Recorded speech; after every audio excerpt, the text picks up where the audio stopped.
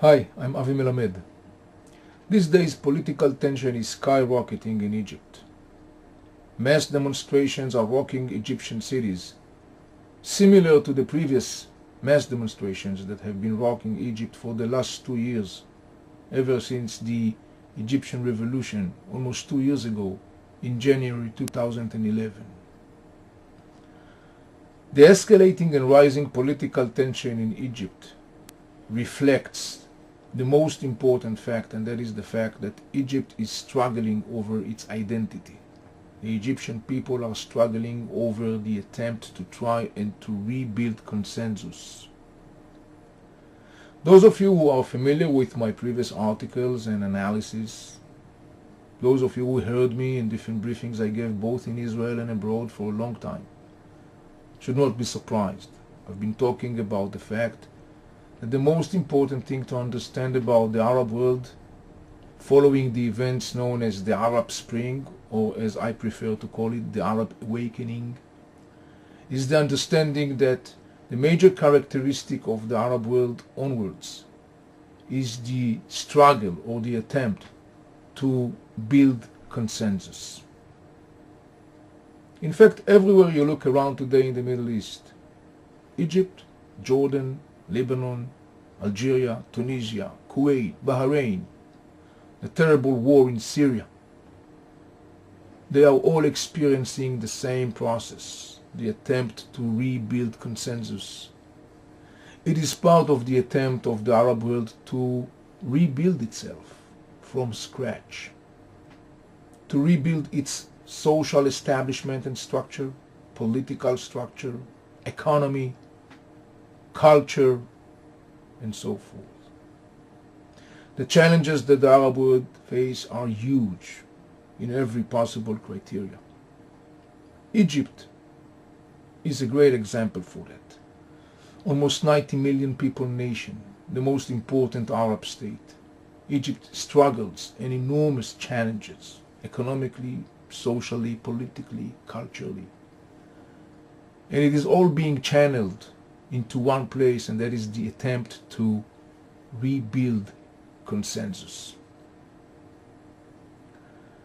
In the last 2 years following the revolution in Egypt, political Islam factors, and on top of them, of course, the Muslim Brotherhood movement in Egypt, came to power. Today, Egyptian parliament is predominantly controlled by political Islam factors, Muslim Brotherhood and the Salafi groups. However, there are different parts and voices and camps in Egypt, like the Christians, the Copts, 10 million people or maybe more, about 12% of Egypt's population, like the liberals, like the young generation, whose their ideology and perspectives are quite different from one of those of political Islam. These groups are struggling now, trying to define, shape Egypt's political future, trying to shape Egypt's society, culture, economy. This day, a committee that was assigned in Egypt to rewrite and redefine the Egyptian new constitution completed its work. It submitted the new suggested constitution to the President of Egypt, Mohammed Morsi. The new suggested constitution is to be submitted for referendum of the Egyptian people. You could imagine the tension involved with this submission and, of course, voting for the new Egyptian constitution. The Copts, the liberals, in fact, pulled out. They did not participate at some point in the rewriting of the new constitution. They say that the new constitution is basically written along the lines of predominantly political Islam factors. In other words, as you could understand, if a constitution is a document that's supposed to reflect a real consensus, it is quite doubtful whether the new suggested constitution of Egypt really will reflect a real consensus. Ironically, in different parts of the Arab world, states used to have constitutions, like Egypt, like Syria. But when you look at things on the ground and you see the dramatic events that took place in those states, mostly in the last couple of years, one realized that these constitutions that allegedly are supposed to reflect a real consensus, a real common ground, a real common denominators, were far from doing that. In fact, to a large extent, one can say that the constitutions in the Arab world merely reflect a piece of paper, nothing more than that.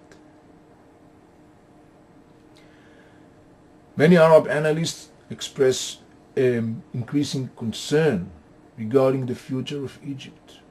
Some have even talked about the possibility that Egypt will go down in a slippery slope towards civil war. These concerns should not be ignored and overruled. The political tension in Egypt is rising. It is encompassed with an increasing violence. People were killed in Egypt as part of this inner political conflict. One also has to take into consideration the fact that Egypt struggles huge challenges economically, socially, politically, culturally. Definitely one can say today that Egypt experiences many conditions for increasing, concerning instability. One major camp, of course, in Egypt that relatively so far has been out of the picture is, of course, the Egyptian army. Some analysts predict that at some point the Egyptian army will step in and take over. It is also a scenario that one cannot ignore or rule out.